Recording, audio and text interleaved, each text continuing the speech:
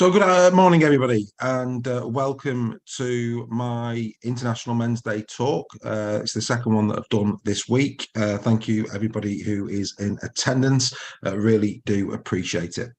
So what we're here to talk about today, of course, is men and men's mental health in particular, and no better time than during International Men's Day, which of course is this Saturday, but we're doing this on Thursday and putting it out on a few streaming channels as well.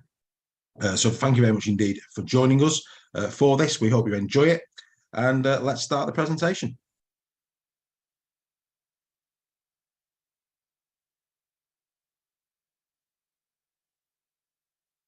And his mama cried, 'cause if there's one thing she don't need, it's another hungry mouth to feed in the ghetto.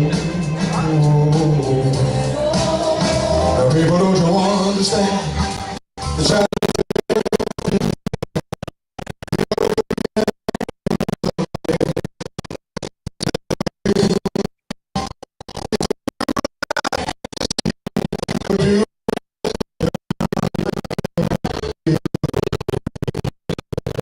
So yeah, that is me. That is me as Derek Presley's Elvis, an alter ego of mine.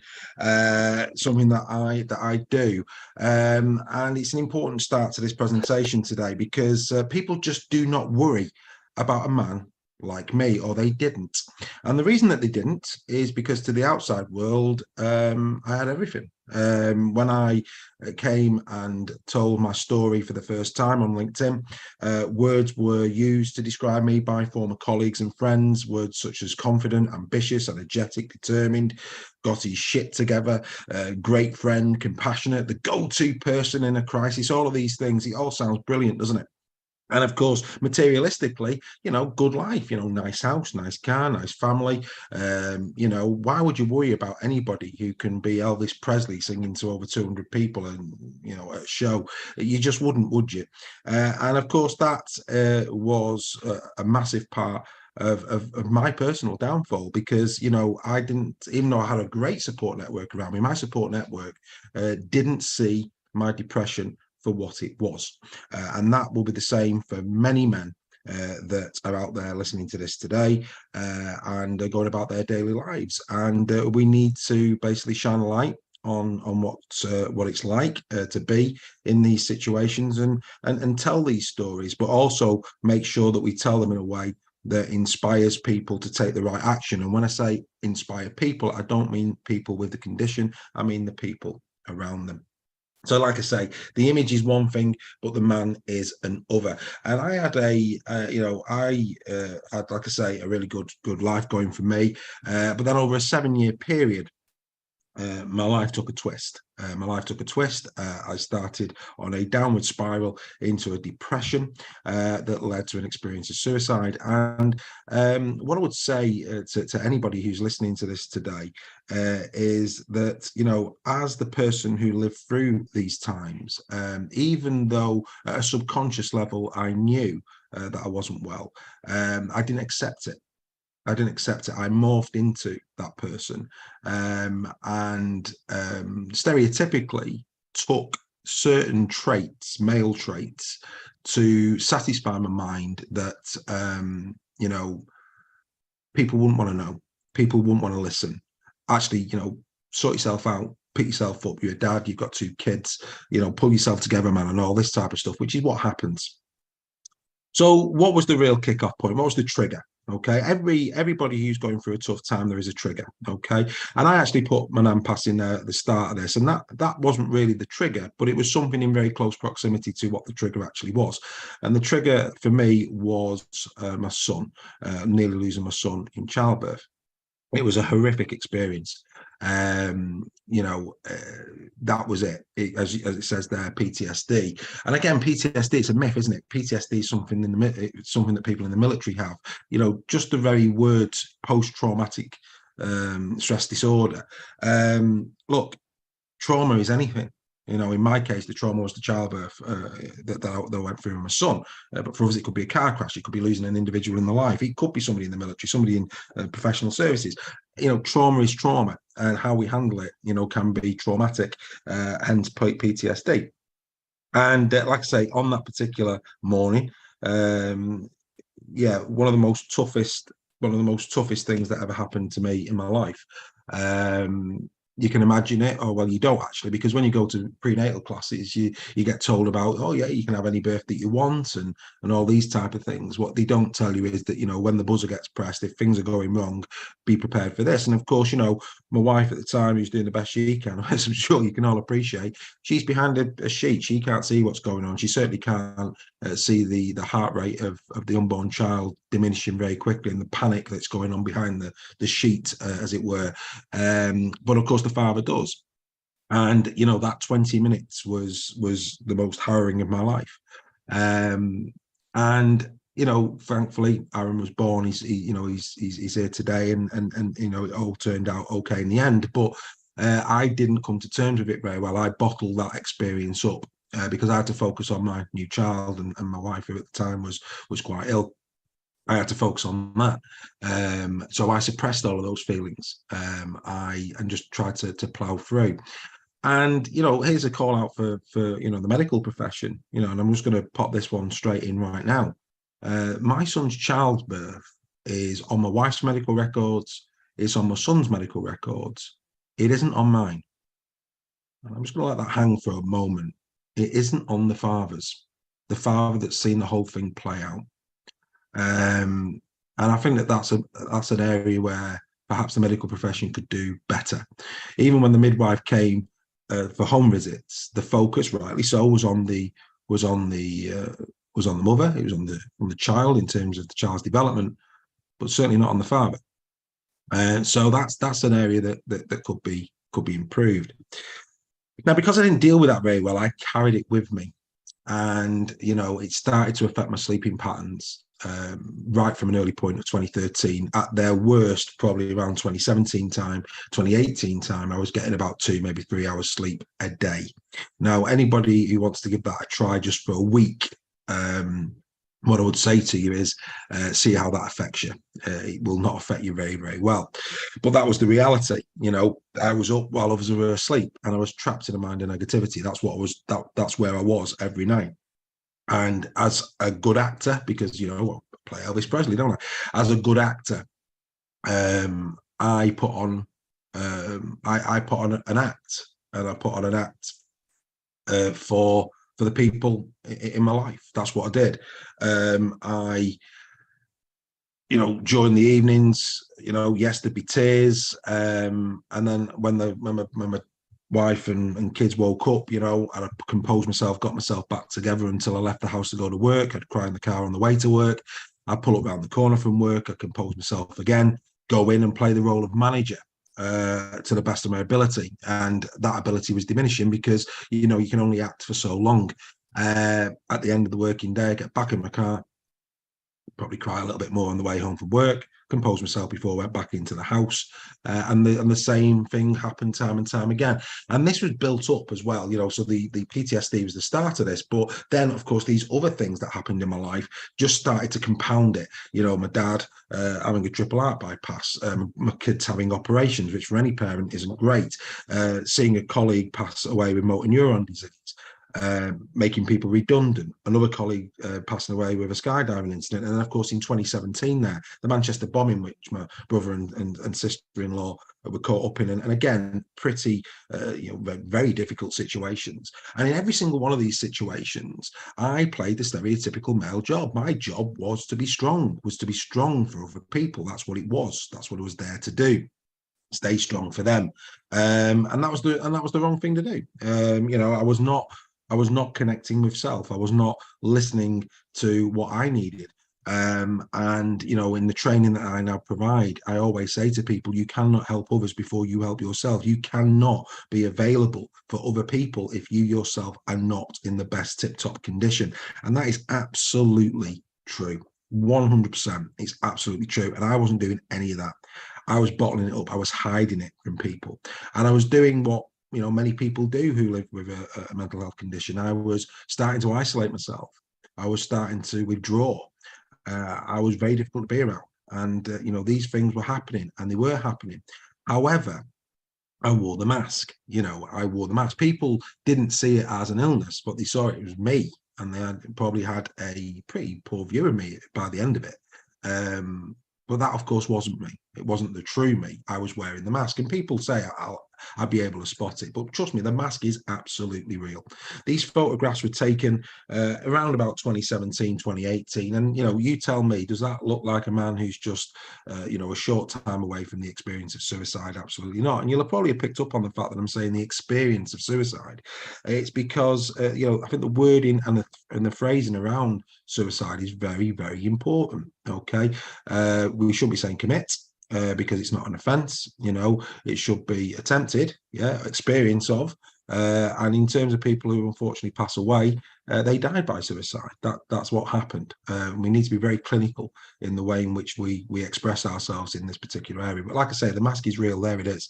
Good luck finding it in my face, because, like I say, I was very, very good at hiding it. And there'll be many men today, just like I was, who are doing exactly the same. They are acting the part. Elvis Presley himself, he was a caricature of himself by 1977.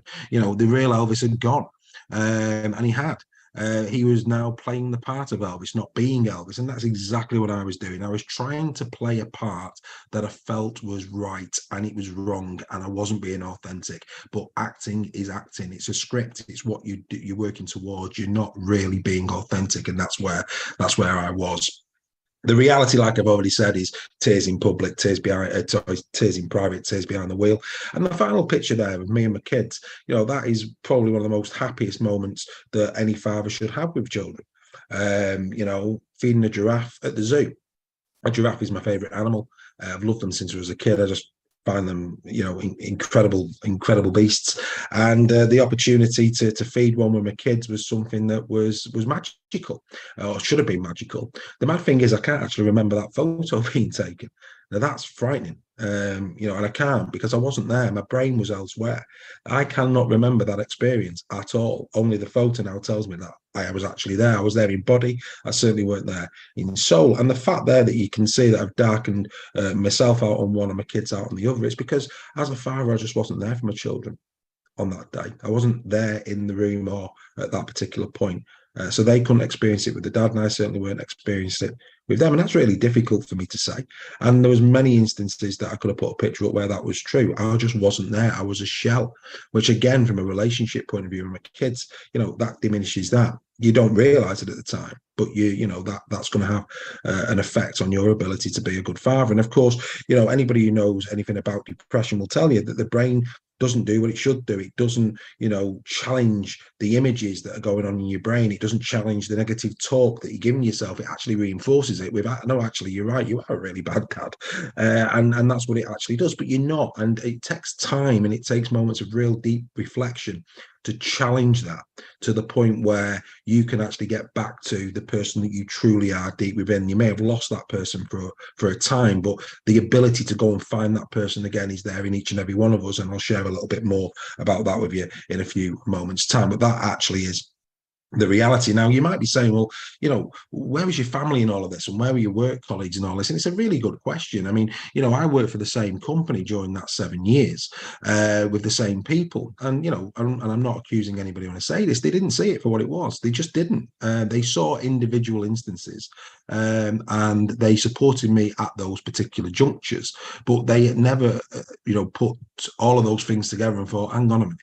Because we lived in a different time back then. Mental health is now very much something that's in mainstream media, which is great. But back then it wasn't. So actually that little note to self, we need to check in here on Dave and make sure that all of these things that keep coming thick and fast are not having a detrimental effect on his mental health and well-being. It just didn't happen.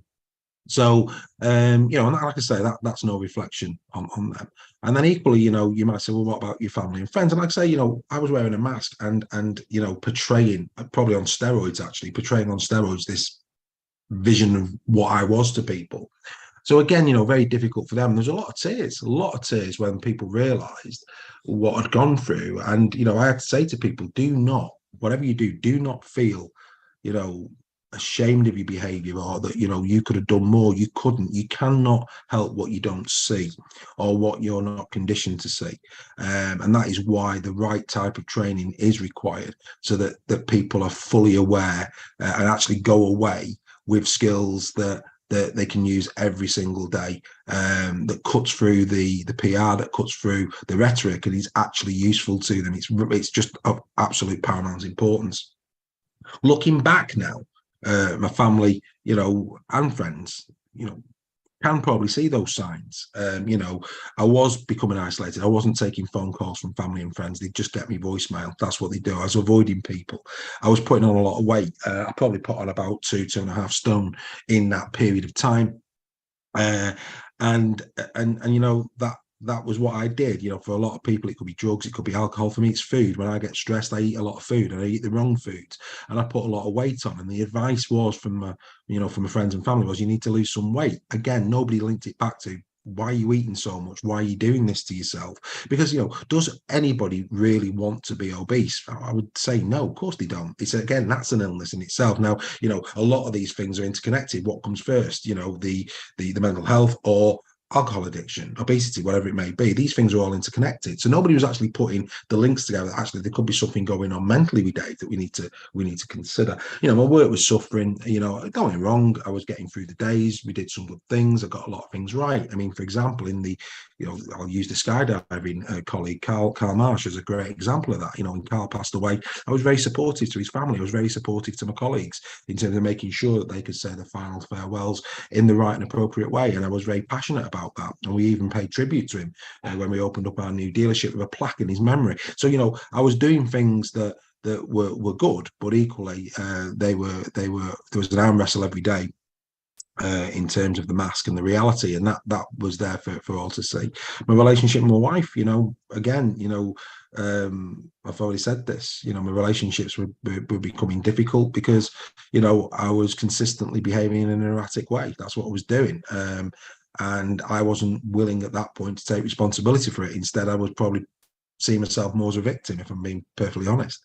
So, and of course, there you can see that I've got a really shocking beard. And the advantage of being an Elvis impersonator is that when people challenge you about the way in which you look in terms of that beard, you can turn around and tell them that you've got an Elvis gig coming up. Because what I do when I play Elvis is I grow out my beard. On the day of the gig, I'll take my sideys to about here, massive lamb chops, do the gig, and then take them back up after the gig. That's what I used to do. So whenever anybody used to challenge me about my shocking growth on my face, yeah, I've got an Elvis gig coming up, and people accepted that. However, again, what they didn't do is consider, well, when actually is this gig? Because he's been saying this now for 2 months, 3 months, 4 months. The gig never came, but they got the answer that probably they wanted, the easy answer. Oh, he's got an Elvis gig coming up. So it's very hard to go, well, hang on a minute, Dave, you've said that to me now a couple of times. When's this gig actually happening? That's really tough. And we need to be giving people the confidence, that if your gut is telling you something about the people in your life, then it's probably right, and you need to be having these conversations. So, look for these signs, both internally yourself, something I never did, but also if you're, your friends and family of an individual, always be truly connected. My company name is Prevention Through Connection. Absolutely. The more we're connected, the more we're going to see these things unfold. But each man's outcome is different, very different. 76% of suicides are men. Men are 3 times more likely to become alcohol dependent. 87% of rough sleepers are men. 73% of adults who go missing are men. Men are 95% of the prison population. And it says there that, have measurably lower access to social support. Yes and no. I would say it's because, and again, you only have to hear doctors talking about men's reluctance to go to the doctors, and it's the same here. There is a support network there, but somebody who is going through crisis is, especially a man, is very, very unlikely to be vulnerable and have these conversations. That's been tested on countless studies, day in and day out, and it's true. They're not going to go and do that. So that's why, for me, the onus is always on the people around them to spot it and to be the first step, to be the bridge to that conversation, not to believe that that individual is going to come to them, because as the statistics show, they don't. This is the interesting bit for me. an interesting part of today's presentation is these stereotypical views of men. Now, I don't like the words toxic masculinity. I just don't like that at all. However, it's very, very true when you look down some of these words and phrases. This is what men have been brought up to be. We only need to go back a few generations. My dad was brought up by a dad from World War II. His dad before him, World War One. These were very difficult times. Very, very different individuals. They certainly didn't have as much information as we have today. In terms of social media and the rest of it, and there was very, very old-fashioned stereotypical views for both men and for women, and of course all of those things have come tumbling down over the last 20 years for the better. Of course, most households now are 50-50 in terms of income coming into the house. Jobs are shared, so both the female and the male roles in the home have changed dramatically. However, the stereotypes of what a man believes he should be remain, and we need to change that, because we need to be, we need to adapt as men to accept that actually, do you know what? There's nothing wrong in being vulnerable. There's nothing wrong in asking for help. There's nothing wrong in getting things wrong. We shouldn't be doing these things. When was the last time you heard somebody jovially saying about a friend of yours who's a male, oh, his wife wears the pants?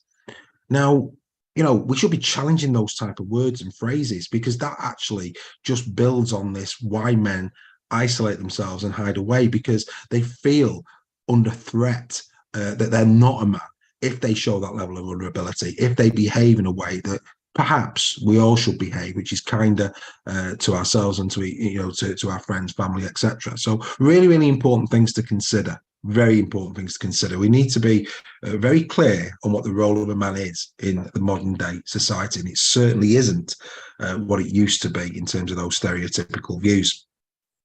Now, of course, I've recovered, and that was a long recovery, but I have recovered, and this is how I've recovered. Now, of course, this is the bit, there'll be certain things that I say here that I think are good advice for all, but equally, there'll be things that I say here that very much is personal to me, and everybody's got to go and find their own pathway. Very important, and that's why, I don't really go into too much detail about what I did, dotting all the I's and crossing all the T's. I don't do that. What I do is I skim the surface for things that I believe would help everybody.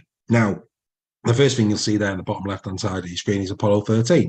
And it's not Houston, we have a problem. There's a fantastic moment in that film, and I use it to explain what good recovery looks like in mental health, where Ed Harris's character, Gene Kranz, is in mission control, the spacecraft is in trouble, and everybody's in pandemonium, covering their own backsides, etc. That's what's happening at that point in the film. And he basically says two things. First thing he says, call your support teams and get them in here. And absolutely, we need a support team in our lives. In my recovery, my friends and my family have been my rock. They've been there for me through thick and thin, and I can only thank them for that. However, they are not responsible for my recovery. Only I am. Empowerment comes via responsibility. It was something that I hadn't done for 8 years. I hadn't took responsibility for the person I wished to be. And I needed to do that, and I was now ready to do that on the other side of the suicide. I was ready to take that responsibility. Really important. And another thing that Gene Kranz says in Apollo 13 is, let's take a look at this from a position of status. What have we got on the spacecraft that is good? And that's a great place to start if you're in crisis, because you can lose yourself in the fog. You can lose the image of the true person that you are. So actually, the best thing that you can do is show yourself some gratitude. What in you is good? What do you know in your heart of hearts makes you a great person, a great friend, a great colleague, a great individual, somebody who breathes life into the life of others? Who is that person? And start there, because if you can build on a foundation of good, you stand a far better chance of actually getting to the point where you're going to recover. I did mindfulness. Obviously, I've always wanted to give it a shot running my own business in terms of consultancy, management consultancy. And of course, having lived through mental health, I just felt it was absolutely vitally important that that I incorporated that into what I do. But when I work with companies now, it's very much with mental health at the forefront of it. Mental health is a cost center on its own. If you get it right, it's going to give you a massive return on investment. And I look back, and I've used my personal career to go and reflect on, both for myself, but also for the people around me in terms of colleagues, how we could have got things so much better by being more mindful of mental health and actually making some subtle changes that wouldn't have cost very much money at all, but would have had dramatic improvements in terms of the outputs of the business, the profit, the volume, and the customer satisfaction. And that is why I brought it all together. I brought synergy to what I wanted to do, and mental health had to be the springboard to that. I'm so passionate about that now. I want people to get to where I've got today, but not have to go through the experience that I went through, because we've already established not everybody is as fortunate as me in terms of being able to take that level of empowerment and come out with a positive conclusion. I said, in the invite to this webinar, that yes, I successfully experienced suicide because I'm still here, and I think that that's great for me. However, I'm also very mindful of the fact that not everybody is as lucky as me, and I think that we just need to just consider that in a bit more detail.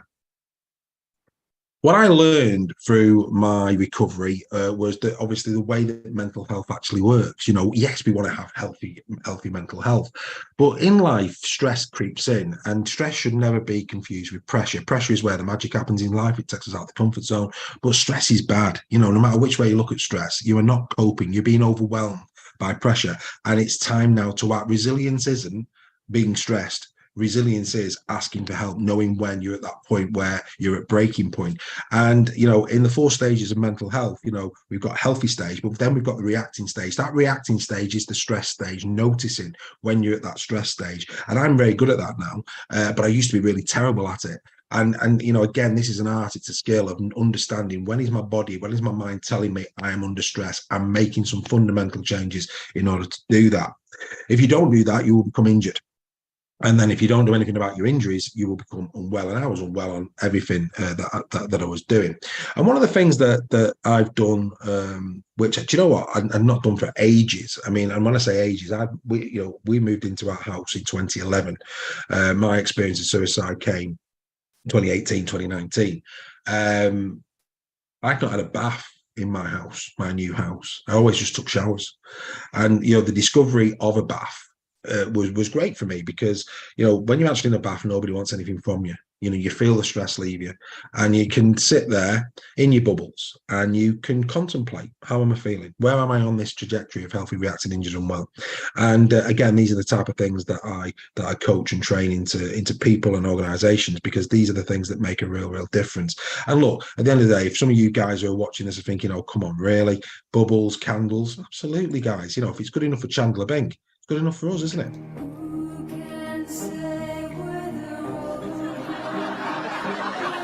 All right, this isn't so bad. I like the flowery smell, which is okay because I've got my boat. Just make sure you take your boat. but it's true, just go and have that time of reflection away from everybody, a sanctuary of a bathroom in a bath, and just be there with your thoughts and make some pledges to yourself. So what I've done is I've turned what was a very negative personal situation into what I consider to be one of the most positive situations in my life. Professionally, I had to make this decision. I did it warts and all. I went out there. I put I've laid my soul bare, and I can honestly say, helping people and making sure that people don't have to experience those dark times that I did is a privilege. It's humbling, and it makes me feel good, as well as, of course, making them feel good because they can move on.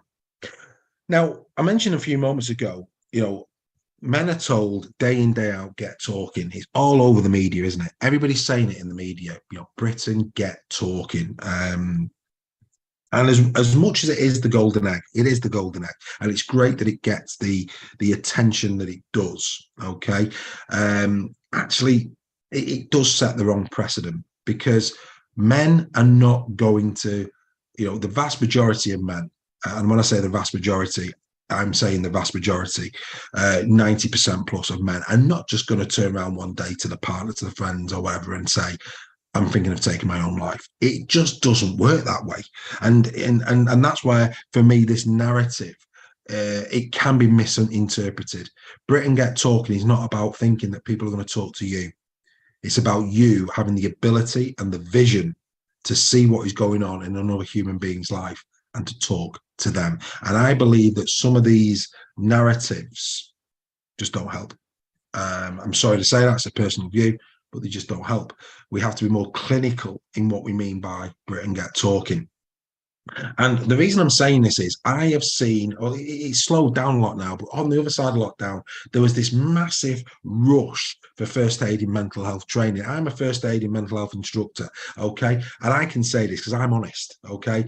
Mental health first aid training in organizations is useless without the right support around it, okay? It's not going to give you that return on investment. It's not going to get you the results that you want if all you do is do a mental health first aid course. It's very seldom have I seen an organization where that is going to be sufficient. It's a tick box exercise, guys. That's what it is. You have to go deeper. You have to go better.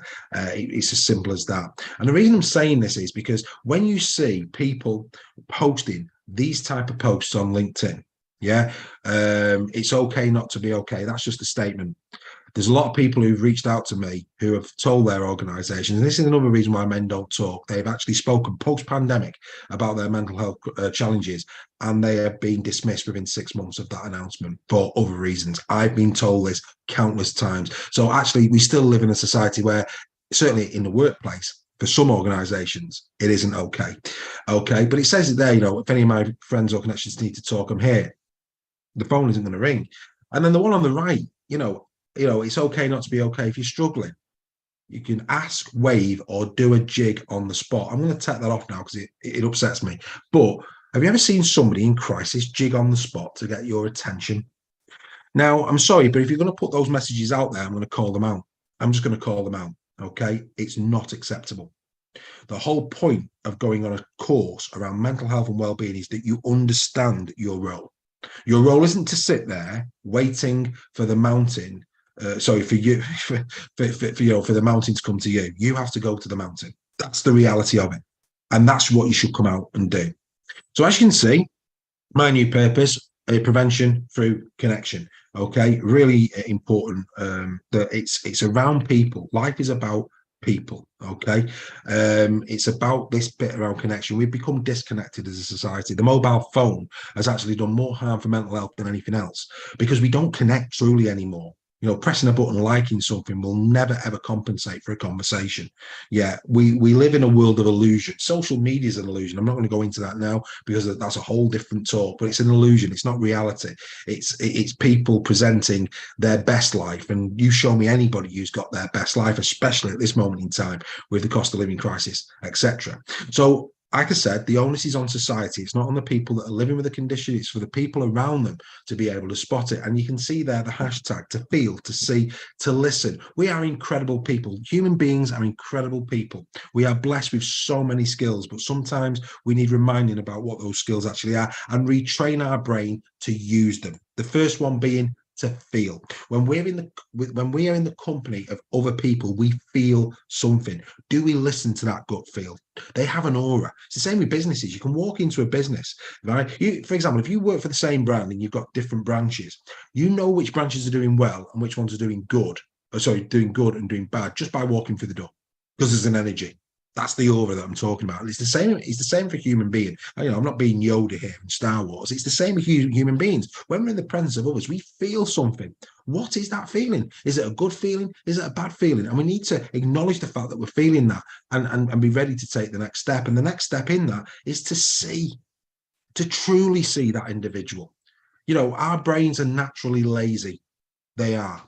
Okay. So when you see your friend for tonight, your brain says, oh yeah, it's such and such a body. It's happy. It is the person you're expected to see. But what it doesn't do is analyze with fresh eyes. But am I seeing what I expected to see? Think of after lockdown. When we came out of lockdown, we saw people that we hadn't saw for a year. And didn't we notice we noticed the extra wrinkles, the weight gain, the weight loss, all of these things? We noticed them. Why? Because it was a short and sharp shock.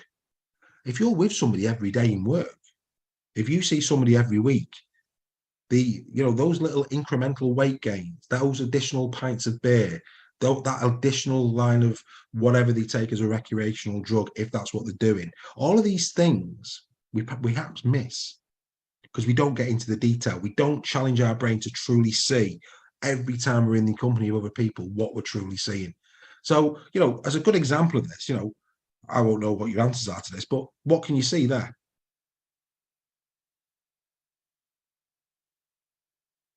Okay. Now, the chances are you've seen one of two things. That's right, one of two things. And some of you go, no, see one thing.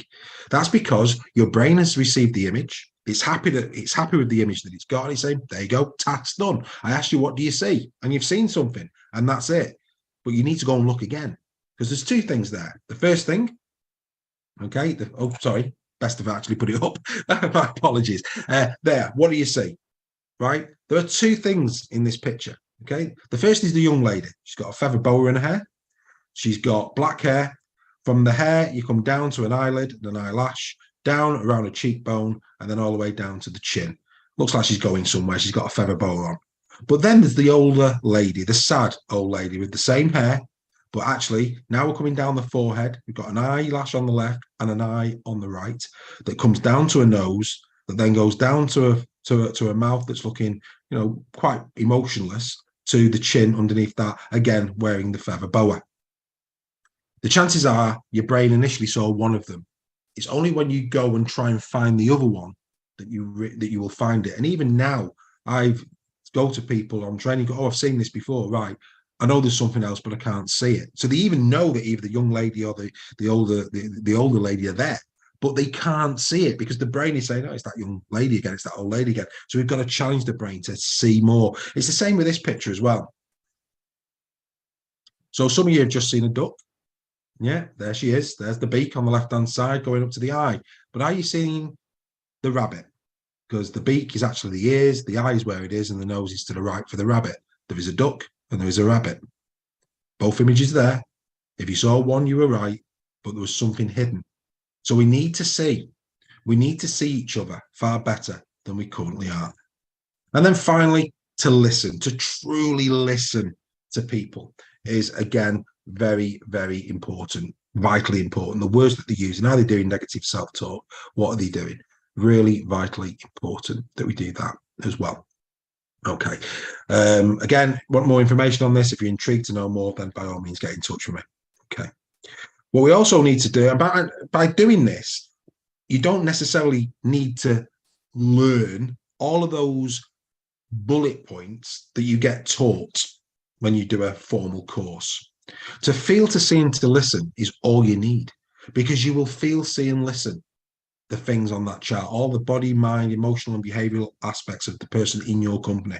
You'll be able to gain that information through feel, see, and listen. So actually, the fundamental message that I wanted to get across to men today, and the support network of men out there today, please feel, see, and listen, both internally and externally.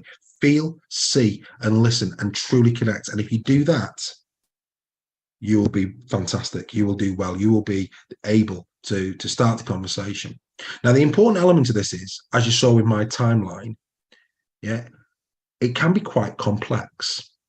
I mentioned the workplace that I was in, where all of these things were happening in isolation, but nobody put the dots together. Let's go back to that for a moment. So these are the things that affected me. Okay, these were the things, these were the relationships and the life crises that came my way. What people were seeing were the spiders. The spiders are those individual things that sit there. They're seeing the spiders. What they weren't doing was seeing the web, the whole thing, putting all of this together and understanding the strain that was putting on me. In isolation, he looks to be doing well. What they weren't seeing is how much bottling up I was doing. When they were feeling, seeing, and listening to things that they didn't like, they dealt with that. They didn't take that step back to go, what's going on here? Surely somebody can't be, especially somebody that we've known for so long, can be behaving in this way, especially in the workplace or at home or wherever it was. So we need to do these. We need to make sure that we not only see the spiders, but we see the webs. Really, really important. Okay, so please do that.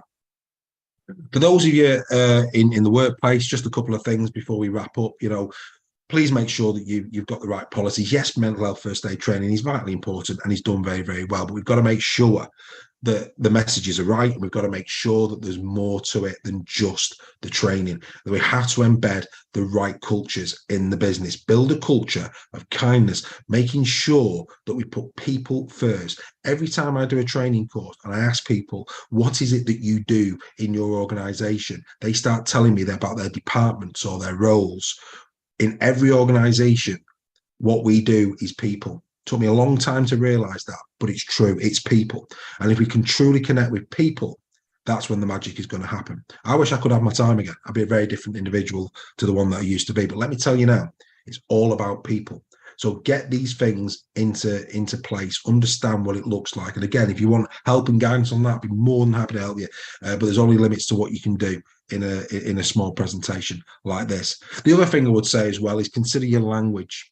Yeah, consider your language. Yeah, I was talking only yesterday to a human resource manager, and I said, out of interest, I said, I genuinely believe that term should never be used in business. Human resource department. A resource is somebody that we pay for.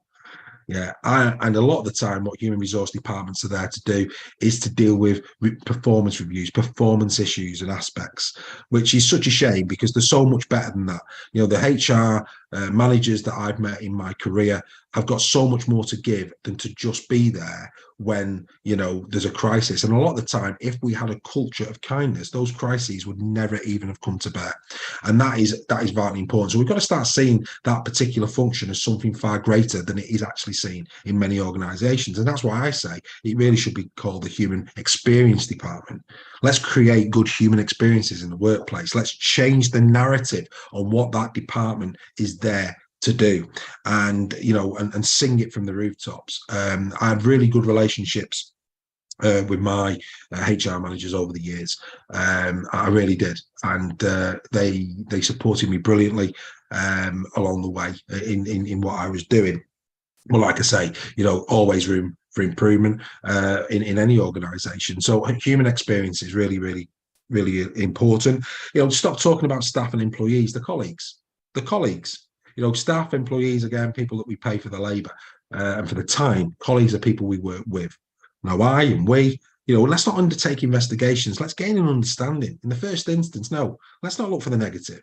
Let's look for, well, what's going on here? You know, let's gain an understanding and let's go from a position of truth. Let's be seekers of truth. Let's go from there instead. And little things like, don't call things performance reviews. Call them development reviews. People are more likely to be open and honest if they think that this is an open forum where they can be developed, as opposed to they're going to be scrutinized for their performance. So that pretty much is what I wanted to do today for International Men's Day. I hope you've enjoyed the presentation. I'm sure you have.